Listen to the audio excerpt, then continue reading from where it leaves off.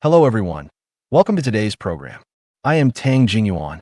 If one simply views the Chinese Communist Party's CCP anti-corruption campaign as an effort to purify the ranks, apprehend a few corrupt officials, and confiscate several properties, then one may be significantly underestimating the true nature of what Xi Jinping has been pursuing over the past decade plus. Recent reports indicate that Beijing authorities have, over the past year, once again intensified scrutiny of officials with family members abroad. The scope of this anti-corruption drive has expanded beyond so-called naked officials, those whose spouses and children are both overseas, to include semi-naked officials, where children reside abroad while the spouse remains in China. This is fundamentally a matter of loyalty, as the adage circulating in CCP officialdom states.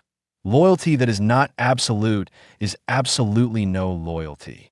Thus, today's discussion will not dwell on the moral framing of anti-corruption. Instead, it will examine an increasingly evident political logic. Selective anti-corruption combined with escalated exit controls signals that the regime has entered a self-preservation mode characterized by preventing defections, holding personnel hostage, and sealing off escape routes.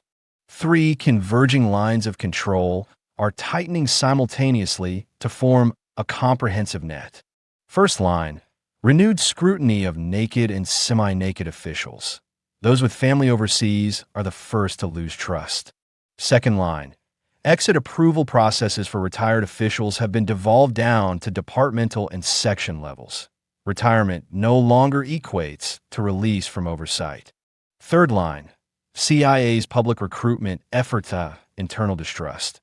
The regime's response is a systematic elevation of barriers to cross-border movement, extending from central state-owned enterprises and finance to universities, and even to the centralized custody of ordinary citizens' passports. When these disparate reports are pieced together, they resemble the prelude to a regime shifting toward a highly Fengbi mode. A long-standing feature of CCP officialdom has been the culture of keeping backup routes. In an internal speech in 2013, Xi Jinping himself complained that certain cadres send their spouses and children to immigrate abroad, park their money overseas, and prepare escape routes for themselves, ready to jump ship at any moment. Notably, the term jump ship came directly from his mouth. In other words, naked officials are not merely sporadic instances of corruption. They serve as a barometer of confidence in the system. When officials believe the ship will sail on indefinitely, they see no need for lifeboats. When doubt sets in, they relocate children, assets, and identities first. On February 18th, the South China Morning Post, citing three informed sources, reported that since early last year, multiple rounds of investigations have been conducted within CCP government departments and state-owned enterprises, focusing on senior officials and executives' overseas connections. The scope of recent reviews has further expanded to officials whose children live abroad while spouses remain in China. Such individuals must now promptly declare relevant information. What does this signify? It means that previously, sending children abroad for education or residence might have been regarded as a mere family decision. Now, it is treated as a political risk. By the end of 2025, Beijing authorities had further marginalized a group of naked or semi-naked officials. On November 1st, 2025, former People's Bank of China Governor Yi Gang, former Guangdong CPPCC Chairman Wang Rong, and several other senior officials were removed from leadership positions in CPPCC special committees. Citing sources, Singtao Daily reported that these officials were targeted as part of the cleanup of naked officials with spouses or children abroad, with some children reportedly unwilling to return to China. In the second half of 2025, at least 20 officials were relieved of major duties, including Shanghai Vice Mayor Liu Duo, Beijing Municipal People's Congress Standing Committee Vice Chairman Yan Aoshuang, Renmin University President and former Deputy Director of the Central Policy Research Office Lin Shangli, former Vice Minister of Science and Technology and later Party Secretary of Huazhong University of Science and Technology Zhang Guangjuan, and others. A January 9, 2026, report from the U.S.-based Jamestown Foundation noted that these individuals share a common trait: deep overseas backgrounds with immediate family members residing long-term abroad. In short, they're naked officials. Over the past decade plus, internal CCP regulations have consistently emphasized that naked officials should not hold key positions and must resign from leadership roles. The challenge lies not in detecting corruption per se, but in concealing overseas assets, undeclared family residences, and hidden foreign identities. The truly elusive element is the backup route. Thus, the current expansion to semi-naked officials is not primarily about broadening anti-corruption targets, but about extending the boundaries of loyalty vetting. Having family or children abroad provides officials with an emotional, non-return anchor, a potential exit for assets, information, or even political negotiations in a crisis. When Beijing begins targeting semi-naked officials, it signals an intent to block not just corruption, but escape channels within the system. Following this thread further, a more pronounced recent shift involves tightened controls over retired officials' outbound travel. In the past, many localities followed a routine filing procedure for retired cadres' exits, a simple report and organizational record. Recent changes in multiple regions indicate that outbound management has expanded from bureau-level retirees to key department division-level and even section-level personnel. The process has shifted from filing to approval. The distinction between these terms is critical. Filing means the organization must be informed. Approval means the organization decides whether exit is permitted. This transforms outbound freedom from a right into a privilege. A retired deputy division-level cadre, surnamed Li from Hunan, recently told the Epoch Times that during his first 3 years of retirement, outbound travel required filing and passport custody by his unit. After the 3-year period, he assumed restrictions would lift. Yet upon applying this year to visit his granddaughter abroad, he was informed that higher authorities have extended the term. Current approval processes for retired officials typically involve submitting a written application detailing purpose, duration, and flight information, obtaining stamps from the unit's personnel department, filing with public security exit entry authorities, receiving the passport only 2 days before departure, and returning it within 7 days of return. A retired official from Jiuquan, Gansu, disclosed that local controls are even stricter. Section-level retirees previously required only filing, now approval. County/division-level cases report to municipal party organization departments, prefecture/bureau level to provincial organization departments. A retired cadre, surnamed Wang from Hunan Science and Education System, told reporters, all unit personnel's passports must be submitted for centralized custody. Personal retention is prohibited. Outbound travel requires application 2 months in advance, with documents returned within 7 days of return. Ms. Wang added that such restrictions formerly applied mainly to retired division-level officials, but recently even section-level retirees must comply. Devolving approval to the section level indicates that the organization no longer trusts hierarchical safety nets. Essentially, all retired regime personnel are now under supervision. In other words, this constitutes institutional lockdown. Retired officials, regardless of rank, have lost outbound freedom. Amid this internal tightening, on February 12th, the U.S. Central Intelligence Agency, CIA, released yet another Mandarin-language recruitment video. The under 2-minute video, with roughly 300 words and cinematic production quality, depicts a fictional disillusioned PLA officer who witnesses the regime built on lies. As these madmen's falsehoods collapse, he, acting on his professional military duty to protect the people and safeguard the motherland, transmits intelligence to the CIA. Key lines stand out. Power is built on countless lies.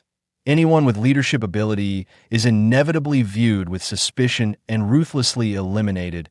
I cannot allow these madmen to shape my daughter's future world. Those who have never faced war are eager to send us to the battlefield. I am a soldier. I defend the people, not lies.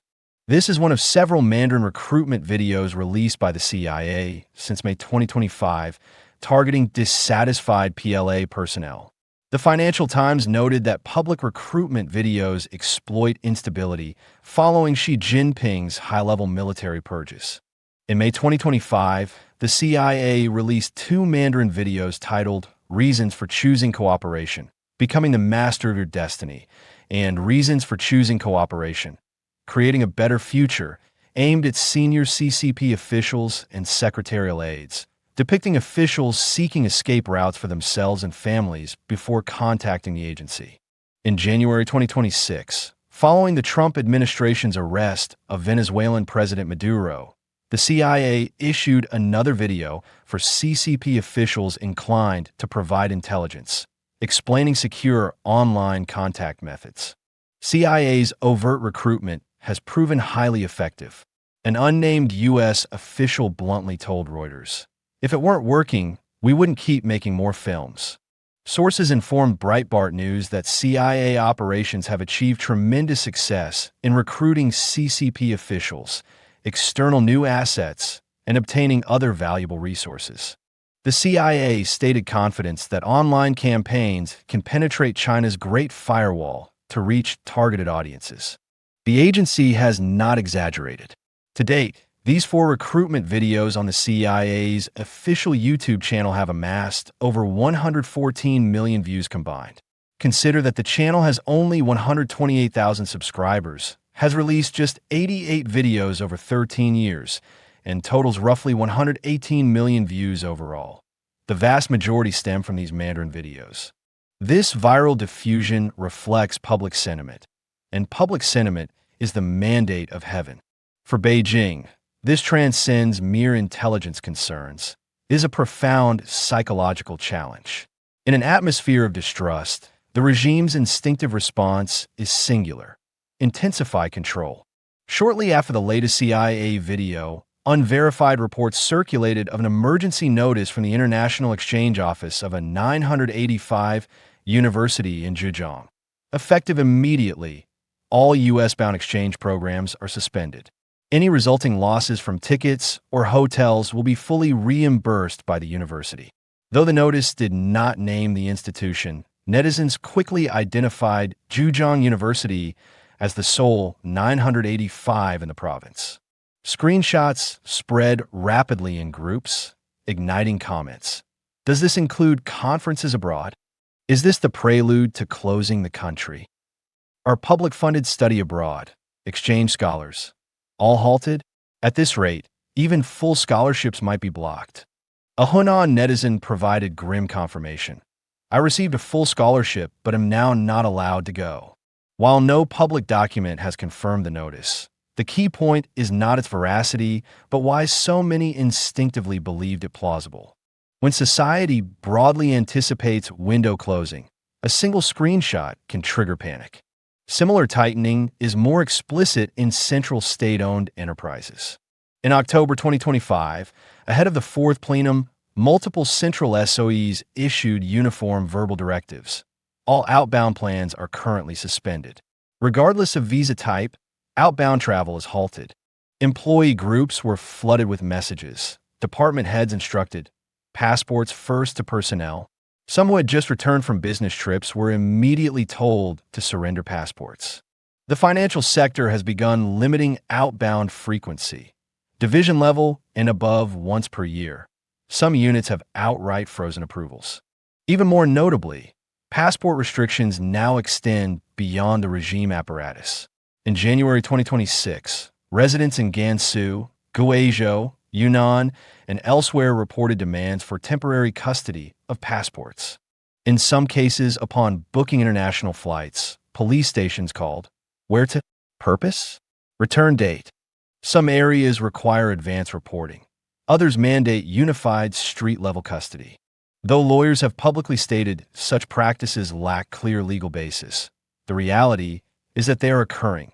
Ordinary citizens' cross-border mobility is being administratively managed. One additional noteworthy case. After DeepSeek gained prominence early last year, core R&D staff were required to refrain from international travel, surrender passports, and avoid discussing R&D externally. Zhejiang provincial government vetted potential investors, and headhunters were reminded not to poach talent. This is exceedingly rare in the private sector. It indicates that key technical personnel are now regarded as national assets, and such assets cannot circulate freely. Placing these threads together reveals a coherent picture of the regime's systematic response to defection risks.